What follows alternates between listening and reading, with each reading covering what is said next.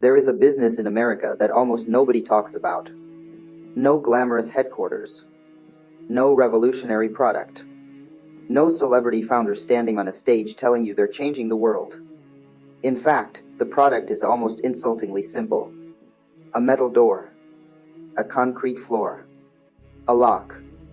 And the empty space in between. Yet behind those boring metal doors sits an industry worth tens of billions of dollars. An industry that has quietly spread across American cities, suburbs, highways, and forgotten pieces of land.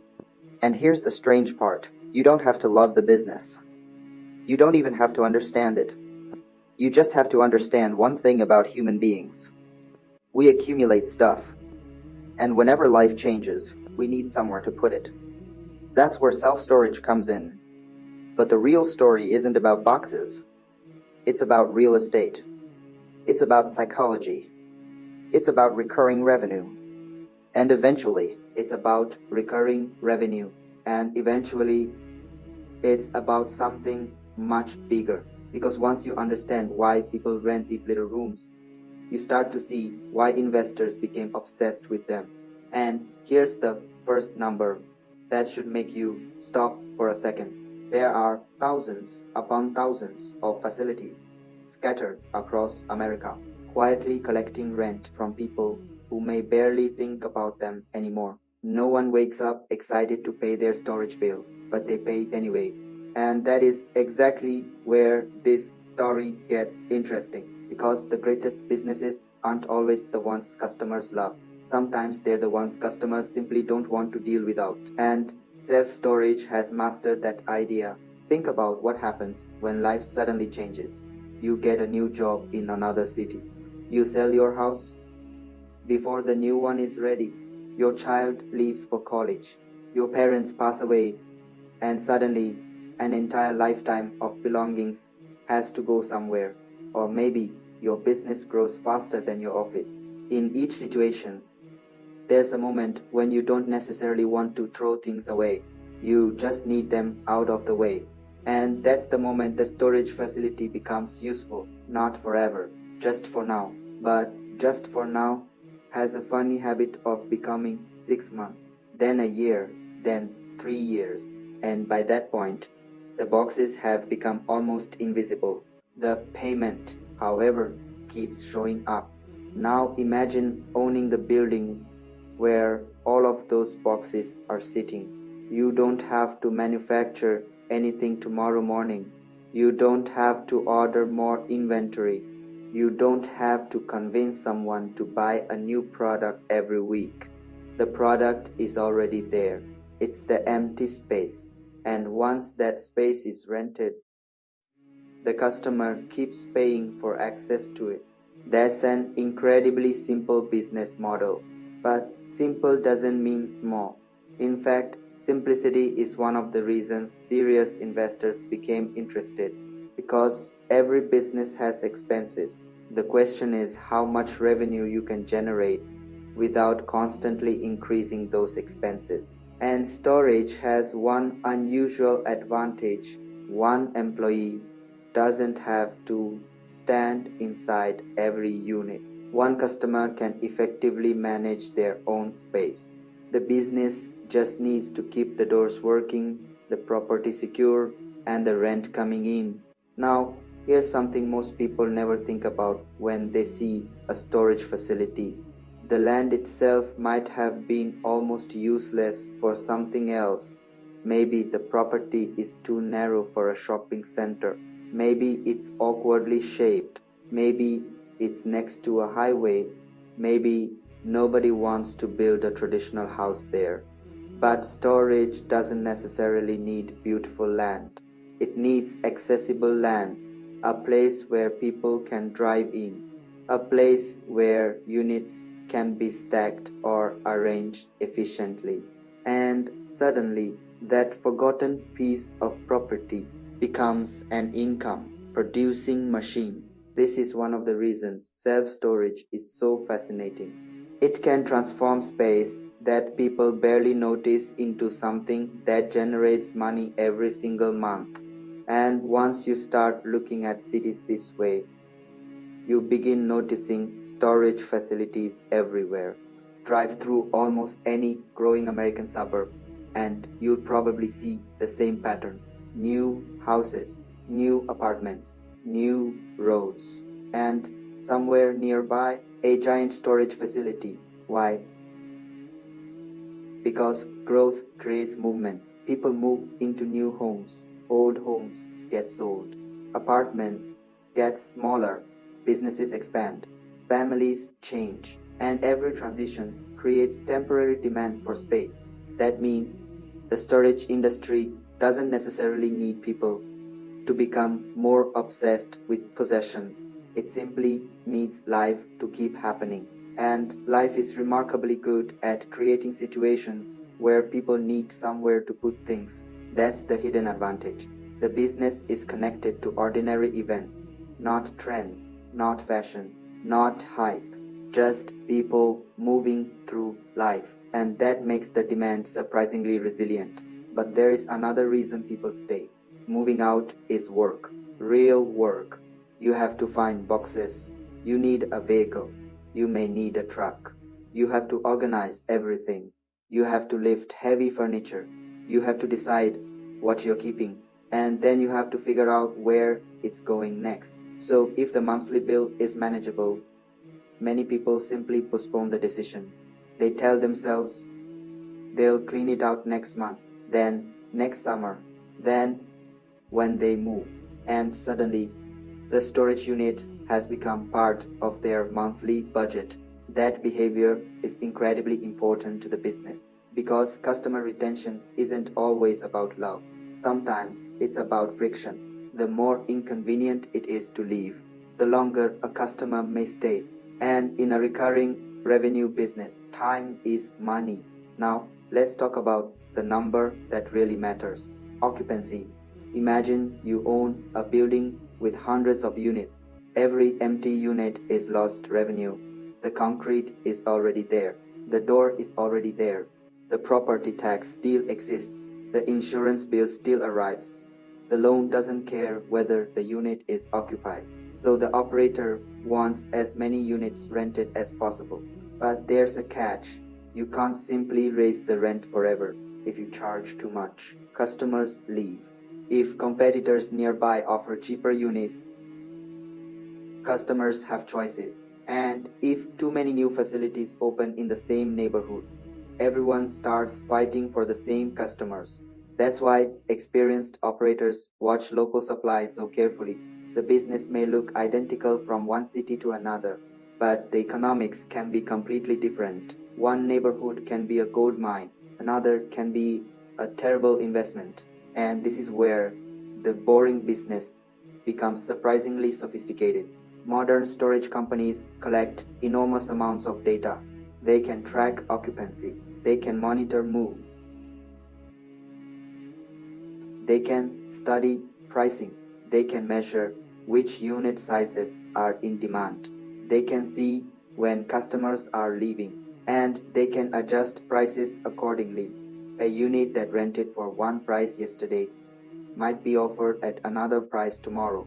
The customer may see a simple website. Behind that website, there can be an entire pricing strategy. That's important because a few extra dollars across hundreds of units can become serious money. Multiply that across hundreds of facilities. And now you're no longer talking about a little local storage business.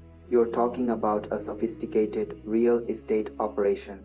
The doors still look boring. The numbers behind them aren't. And this is where Wall Street enters the story. For a long time, storage was dominated by small local owners. One property, maybe two, maybe a handful. Then large real estate companies began asking a simple question. What if we bought many of them? Not just the biggest facilities, the ordinary ones. The ones scattered across suburban America. The ones that could be improved. The ones with poor management. The ones where technology hadn't been upgraded. Because scale changes everything. A company managing hundreds of properties can spread technology costs across the entire portfolio. It can centralize marketing. It can negotiate contracts.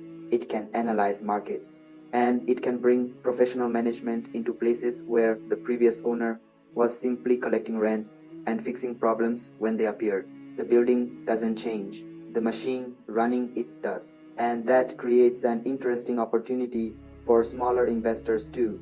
Imagine finding an old facility that looks almost forgotten. The gates are outdated. The website looks like it was built 20 years ago. The lighting is poor.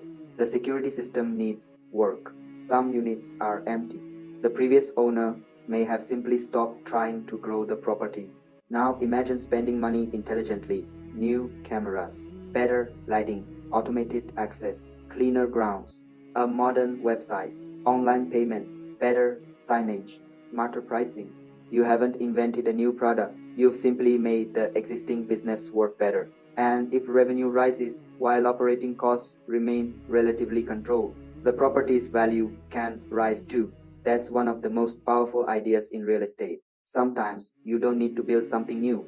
You just need to make something existing more productive. And if you've made it this far into the video, be honest. You've probably driven past hundreds of these places without ever asking how they make money. That's exactly why I make these videos. Because some of the most interesting business stories are hiding in plain sight. And while you're sitting here learning how a metal door can become part of a multi-billion-dollar industry, you still haven't hit that like button. Come on, you've already spent this much time with me. Give the video a like. And if you enjoy documentaries that break down the businesses nobody talks about, subscribe. We're building this channel toward 1,000 subscribers. And once we reach that milestone, we're going to keep opening the doors on businesses that look boring from the outside, but get very interesting when you follow the money. Now back to the storage empire, because there is something even more interesting about the industry. It isn't only growing because people need storage, it's also changing because technology is making storage easier to operate. Think about the traditional model. Someone sits in an office, customers walk in, paperwork gets processed, payments are collected, keys are handed over. Today, much of that can happen digitally. A customer can find a unit online, choose a size, enter payment information, receive access instructions, and arrive without ever having a long conversation with an employee. That changes the economics. The facility can serve more customers with fewer people. And when the cost of operating each additional unit stays relatively low, additional revenue can become extremely valuable. That's the kind of efficiency investors notice. Not because it's exciting, because it compounds. But every good business has a weak point.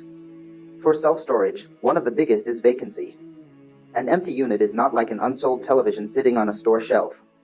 The television can eventually be discounted. The empty unit is tied to a specific piece of land. That land has a mortgage. It has taxes. It has insurance. It has maintenance. And those bills continue whether the unit is rented or not. So when too many facilities are built in the same market, operators can get aggressive. They offer discounts. They advertise heavily. They compete for customers. And suddenly, the business that looked incredibly easy becomes a battle over occupancy. This is why location matters so much. A storage facility isn't automatically a great investment just because storage is a good industry. You can still buy the wrong property, at the wrong price, in the wrong market, at the wrong time. And then there is another threat. Regulation. Cities control what can be built and where it can be built. Some communities don't want every available piece of land turning into storage. From a city planner's perspective, that makes sense. A city has limited land. Housing is needed. Businesses are needed. Schools are needed. Infrastructure is needed. So eventually someone asks a very uncomfortable question. Should this land really become another building full of storage units? That question can delay projects, increase costs, and reduce the number of new facilities entering the market. For existing owners, that can actually be good news. If new competition becomes harder to build, established facilities may face less pressure. So the same regulation that hurts expansion can sometimes protect existing supply. And that's one of the strange contradictions hiding inside this supposedly boring industry. There's also a bigger economic question. What happens when Americans don't have as much money? During difficult economic periods, people may move more. They may downsize. They may lose homes. Businesses may shrink. Those events can create demand for storage. But at the same time, financial pressure can make customers less able to pay. So self-storage isn't completely immune to economic cycles. It's simply exposed to them in unusual ways. Some people need storage because life is going well. They're moving into a bigger home, starting a business, relocating for a better job. Others need it because life has gone badly. They're leaving a house, closing a business, going through a major transition. That makes storage a strange mirror of the economy. Behind every rented unit is a different story. Some are exciting, some are ordinary, and some are painful. But the business sees the same thing every month. A unit number, a payment, and a customer account. Now let's look at one of the strangest parts of the industry. The abandoned unit. Imagine opening a unit after a customer has stopped paying. Inside could be almost anything. Old furniture, clothes, electronics, documents, tools, childhood memories. Sometimes nothing valuable at all. And sometimes something unexpected. That possibility created a completely different business around storage auctions. People began buying the contents of unpaid units. Television turned those auctions into entertainment, but the reality is far less glamorous. Most abandoned belongings aren't hidden fortunes. They're just somebody else's stuff. And that's actually the perfect metaphor for self-storage. The industry isn't really selling dreams. It's selling a solution to a very ordinary problem. You have something. You don't want to throw it away. You don't have room for it. So you pay someone else to keep it. And that simple transaction happens millions of times. Quietly. Every month. So what does the future look like? Probably not a revolution. And that's the point. Self-storage doesn't need to become the next technology giant. It doesn't need artificial intelligence to justify its existence. It doesn't need a viral social media campaign. It needs people. People who move. People who downsize. People who start businesses. People who inherit belongings. People who renovate homes. People who simply run out of room. And as long as those situations continue, storage will continue to have customers, but the industry itself will probably become more professional, more automated, more data-driven, more consolidated, and more competitive. The little local storage facility of the past is slowly becoming part of a much larger financial machine. The customer sees a door. The investor sees an asset, and that difference in perspective is really the entire story. Most people look at a storage facility and see a row of metal doors. An entrepreneur sees monthly revenue. A real estate investor sees land. A private equity firm sees a fragmented market. A large operator sees opportunities for scale. A customer sees somewhere to put their belongings. And a city planner sees a question about how valuable urban land should be used. Same building. Completely different perspectives. That's why boring businesses are worth studying, because when you remove the excitement, you can finally see the mechanics. How money enters. Where expenses go. Why customers stay. Why competitors appear. Why investors buy. And what can eventually destroy the economics. The boring details are where the real business lives, and maybe that's the biggest lesson here. If you're searching for a business opportunity, don't only ask, what's exciting? Ask, what's necessary? What's repetitive? What's annoying? What's fragmented? What problem do people keep paying to make disappear? Those questions can lead you into industries most people overlook. And sometimes that's where the opportunity is. Because everybody wants to discover the next revolutionary idea. Very few people want to study the business that has been quietly collecting money for 30 years. But money doesn't care whether a business is exciting. It cares about demand. It cares about margins. It cares about cash flow. It cares about competition. And it cares about whether customers keep coming back. Self-storage happens to sit at the intersection of all five, so the next time you're driving down an American highway, and you see that familiar fence, Those rows of identical doors. That giant sign promising a discount. Don't just drive past it. Look a little closer. Because behind those doors is an economic story about human behavior. People accumulate. People move. People change. People postpone decisions. And businesses learn how to monetize those habits. That's what makes self-storage so fascinating.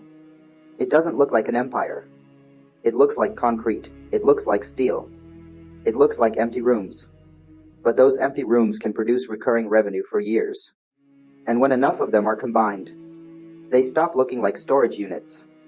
They start looking like a financial machine, and that machine has risks. Competition can increase. Vacancy can rise. Interest rates can change. Property taxes can climb. Construction costs can increase. Regulators can make development harder. And an investor who pays too much can destroy the economics before the first customer even moves in. So no. Self-storage isn't a magic money machine. It's a business. And like every business, it rewards people who understand the numbers. The difference is that its simplicity makes those numbers easier to see. Revenue comes from rent. Costs come from operating the property. Profit depends heavily on occupancy, pricing, financing, and location. That's it. No complicated supply chain. No constantly changing product catalog. No need to reinvent the product every year. Just land, space, doors, and customers willing to keep paying. Which brings us back to the question we started with. Why would anyone build an empire around empty rooms? Because the rooms aren't really the product. The product is convenience. The product is flexibility. The product is time. You don't have to decide what to do with your belongings today. You can put them behind a door, lock it, and deal with the problem later. And people will pay surprisingly large amounts of money for that ability. That's the hidden engine. The storage industry isn't powered by excitement, it's powered by human behavior. And human behavior is one of the hardest things in the world to disrupt. Technology changes. Apps disappear. Companies rise and fall. But people will continue to move. They'll continue to accumulate. They'll continue to change. And they'll continue to run out of space. So maybe the next time somebody tells you that a business has to be exciting to become successful, remember the storage unit. No celebrity founder. No revolutionary invention. No futuristic technology. Just a piece of land, divided into small spaces, with a lock on every door. And yet, when you multiply those doors across an entire country, add recurring monthly payments, professional management, real estate appreciation, and decades of demand, something remarkable happens. Boring becomes big, simple becomes scalable, and empty space becomes an asset. That's the paradox of self-storage. The less interesting it looks from the outside, the easier it is to overlook what is happening underneath. And maybe that's why it worked for so long. While everyone else was watching the exciting businesses, this one was quietly collecting rent. So the next time you see those orange doors, remember what you're actually looking at. You're looking at one of the clearest examples of how ordinary human behavior can become extraordinary business economics. A person needs space. A company owns space. Money changes hands every month. Multiply that transaction across thousands of facilities. And suddenly the boring little building at the edge of town becomes part of a massive industry. No fireworks. No applause. No dramatic product launch. Just another customer opening a gate, walking to a unit, putting something inside, locking the door, and driving away. And somewhere in an office, a payment arrives. Then another. Then another.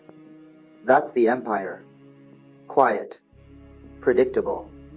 And hiding in plain sight. Boring by design. Profitable because people keep needing it. And that is exactly why the next time you pass one, you might never look at those doors the same way again.